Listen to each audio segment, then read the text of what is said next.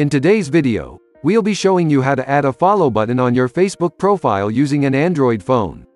Adding a follow button allows people to follow your public updates without becoming your friends. So, let's get started.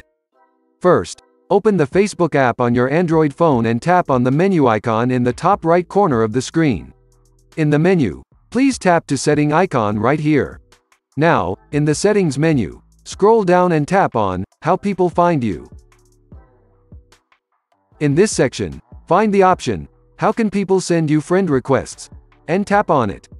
By default, it is set to Everyone.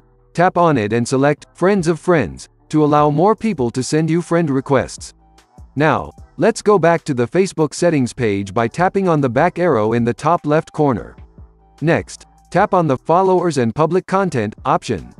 In this section, you can customize who can see your public content and follow you. To allow everyone to see your public content, change all the options in this field to Everyone. And that's it. You've successfully added a follow button to your Facebook profile using your Android phone.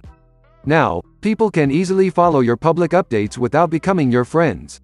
Remember, these settings give you more control over your privacy and visibility on Facebook. Thanks for watching, and don't forget to subscribe for more helpful tech tips. See you next time.